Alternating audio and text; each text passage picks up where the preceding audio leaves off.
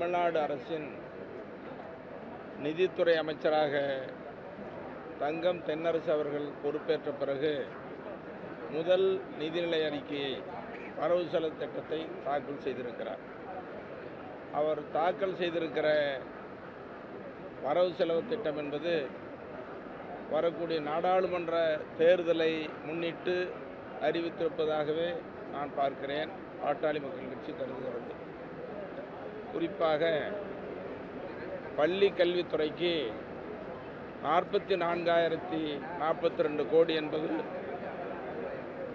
1000 பள்ளிக்கூட கட்டடங்கள் புனரமைப்பு என்பது காலை உணவு திட்டம் 30,922 பள்ளிகளில் என்ற நிலை மாற்றப்பட்டு மேம்படுத்தப்பட்டு அரசு உதவி பெறக்கூடிய பள்ளிகளுக்கு விரிவாக்கம் என்பது, அதைப்போல 6 முதல் 12ஆம் வகுப்பு படித்த மாணவிகளுக்கு உயர்கல்விக்கு கல்லூரி கல்விக்கு 1000 ரூபாய் வழங்கப்படும் என்பதை மாணவர்களுக்கும் வழங்கப்படும் என்ற ஒரு அறிவிப்பு, 5000 ஏரிகள் புனரமைப்பு என்ற அறிவிப்பு, வடசென்னை வளர்ச்சி திட்டம், அடையாறு புனரமைப்பு, அதைப்போல இன்னும் பல்வேறு திட்டங்கள் அறிவிக்கப்பட்டிருக்கிறது. குறிப்பாக எங்கள் தருமபுரி மாவட்டத்திற்கு தருமபுரி கிருஷ்ணகிரி 2 மாவட்டங்கள் குடிநீர் பயன்பாட்டுக்காக ஒகேனக்கல் 2ஆம் கூட்டு குடிநீர் திட்டம் என்பன பல்வேறு அறிவிப்புகள் வெளிவந்திருக்கிறது. சமூக நீதியை மிக முக்கியத்துவம் கொடுத்து சொல்லுகிற அரசாக நம்முடைய நீதி கட்சி ஆட்சி காலத்திலிருந்து இன்று வரையில் சமூக நீதியின் முக்கியத்துவத்தை பற்றி சொல்லப்பட்டிருக்கிறது.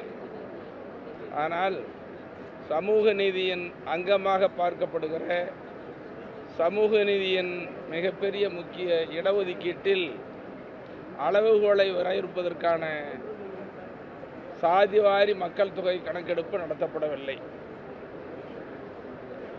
இதில் நிதிநிலை அறிக்கையில் சொல்லப்பட்டிருப்பது சாதிவாரி மக்கள் தொகை கணக்கெடுப்பு நடத்துவதற்கு மத்திய அரசுக்கு கடிதம் எழுதியிருக்கிறோம் என்று கூறப்பட்டிருக்கிறது. மத்திய அரசு சாதிவாரி கணக்கெடுப்பதாக தெரியவில்லை. மற்ற மாநிலங்களில் பீகார், ஆந்திரா, மேற்கு வங்கம், ஒடிசா போன்ற பல மாநிலங்கள் சாதிவாரி மக்கள் தொகையை கணக்கெடுப்பு செய்து குறிப்பாக பீகாரில் இடஒதுக்கீட்டு அளவை உயர்த்தியிருக்கிறது. அது மட்டுமல்ல, அங்கே வறுமை கோட்டுக்கு கீழே இருக்கிற மிக ஏழை எளிய மக்களை மேம்படுத்துவதற்கான அறிவிப்பும் அங்கே வெளியிடப்பட்டிருக்கிறது. ஆகவே இந்த சாதிவாரி மக்கள் தொகை கணக்கெடுப்பு நடத்தப்படவில்லை என்பது மிகப்பெரிய ஏமாற்றத்தை அளித்திருக்கிறது. அதோடு குடிசையில்லாத மாநிலமாக மாற்றப்படும் என்ற ஒரு மகத்தான அறிவிப்பு. இதை 2012ஆம் ஆண்டு சட்டமன்றத்தில் நான் தான் முதலில் தொடங்கினேன் பேச்சுவார்த்தை. முதலமைச்சர் கலைஞர் அவர்களே, குடிசையில் நிறைந்த மாநிலமாக இருக்கிறது, குடிசை இல்லாத தமிழ்நாட்டை உருவாக்க வேண்டும் என்ற கோரிக்கை ஏற்று அன்று முதலமைச்சராக இருந்த கலைஞர் அறிவித்தார். இப்பொழுது குடிசை இல்லாத மாநிலமாக உருவாக்கப்படும் என்ற ஒரு அறிவிப்பிற்கு முதல் கட்டமாக 1,00,000 குடிசை வீடுகளை மாற்றப்படும், கான்கிரீட் வீடுகள் கட்டப்படும் என்று சொல்லப்பட்டிருக்கிறது. ஆனால் தமிழ்நாட்டில் குடிசைகள் அதிகமாக இருக்கிற மாவட்டங்கள் வட மாவட்டங்கள். இந்த வட மாவட்டங்களில் யார் வாழ்கிறார்கள்? எல்லா சமுதாய மக்களும் வாழ்ந்தாலும் அதில் அதிகமாக மிக பெரும்பான்மையாக வாழக்கூடியவர்கள் வன்னிய பெருமக்கள். அப்படி குடிசை வீடுகளில் வாழக்கூடிய ஆண்டுதோறும் 10ஆம் வகுப்பு 12ஆம் வகுப்புகளில் தேர்ச்சி விகிதல் கடைசியிலே இருக்கிற மாவட்டங்களாக இருக்கிற வன்னியர்கள் வாழக்கூடிய இந்த மாவட்ட மக்களுக்கு கல்வி வேலைவாய்ப்பில் 10.5 விழுக்காடு இடஒதுக்கீடு நடைமுறைப்படுத்தும் என்று ஆவலோடு எதிர்பார்த்திருந்தது. அது இல்லை. அதைப்போல பெரிய மாவட்டங்கள் பிரிக்கப்படும் என்ற அறிவிப்பு வந்திருக்க வேண்டும். பெரிய மாவட்டங்கள் பிரிக்கப்பட வேண்டும் என்ற அறிவிப்பு இல்லை.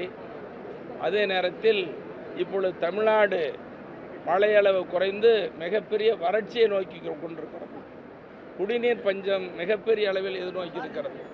அப்படி குடிநீர் பஞ்சத்தை போக்குவதற்கு, வறட்சியை போக்குவதற்கு முன்னறிவிப்பு நடவடிக்கையாக அறிவிக்கப்பட்டிருக்க வேண்டும். அதற்கான திட்டங்கள் இதில் சொல்லப்படவில்லை.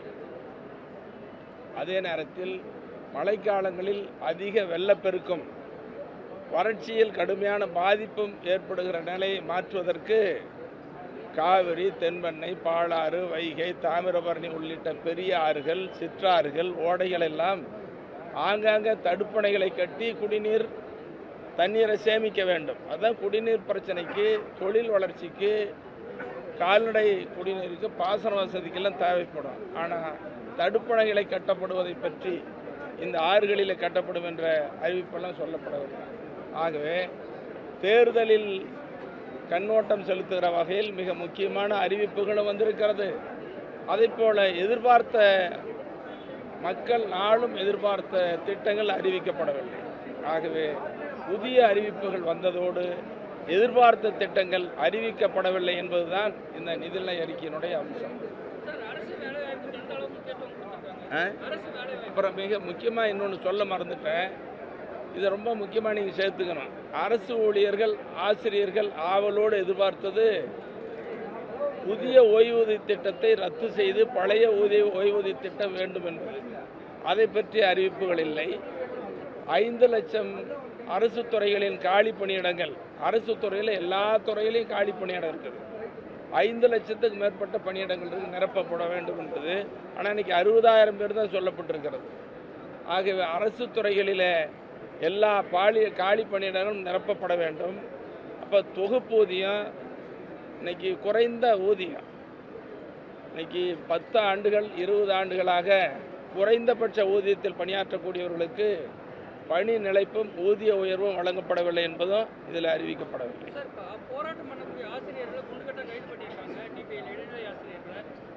இல்லை, ஆசிரியர்கள் பிரச்சனை, அரசு ஊழியர்கள் பிரச்சனை, அவங்க போராட்டம் நியாயமானது, அதை ஏற்றுக்கொள்ள வேண்டும் அரசு, அவர்கள் கோரிக்கை நிறைவேற்ற வேண்டும் என்பதுதான் எங்களுடைய நிரந்தரமான நீடித்த கோரிக்கை.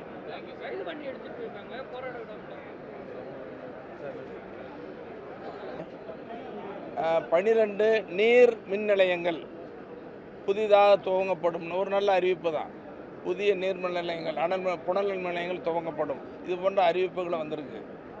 அதே நேரத்தில் காவிரியில் மழைக்காலத்தில் கடலுக்கு வீணாக போகக்கூடிய தண்ணீர், உபரி நீர், ஆண்டுக்கு 150 டிஎம்சி 200 டிஎம்சி தண்ணி மழைக்காலங்களில் வீணாக போகுது. அப்படி மழைக்காலங்களில் வீணாக செல்லக்கூடிய தண்ணீரை காவிரியின் ஒகேனக்கல் பகுதியிலிருந்து தருமபுரி மாவட்டத்திற்கு பயன்படக்கூடிய காவிரி தருமபுரி உபரி திட்டம் நிறைவேற்றணும்னு சொல்லியிருந்தோம். அது இதில் இல்லை. மிகப்பெரிய ஏமாற்றம் அளிப்பதாக உள்ளது. இப்படி மழைக்காலங்களில் வீணாக போகிற தண்ணியை எல்லா ஆறுகளிலேயும் தடுப்பணை கட்டணும். அந்த இல்லைங்கிறது தான் ஒரு ஏமாற்றம் அளிப்பதாக உள்ளது. தருமபுரியில் சிப்காட் தொழில் வளர்ச்சிக்கு புரிந்துணர்வு ஒப்பந்தங்கள், முதலீட்டாளர்கள் நிறைய ஈர்ப்பதாக சொல்லப்பட்டிருக்கிறது. பல மாவட்டங்களுக்கு சொல்லியிருக்கு. ஆனால் தருமபுரி மாவட்டத்தில் சிப்காட் தொழிற்பேட்டைக்கு நிலம் எடுத்து தயார் நிலையில் இருக்குது. அங்கே தொழில் தொடங்கும் என்ற அறிவிப்பு இல்லைங்கிறதும் எங்களுக்கு ஏமாற்றத்தை தருகிறது. சேலம் மாவட்டத்துக்கு ஒன்றுமே இல்லை, விழுப்புரம் மாவட்டத்துக்கு சேலம் மாவட்டத்துக்கு ஒன்றும் இல்லை.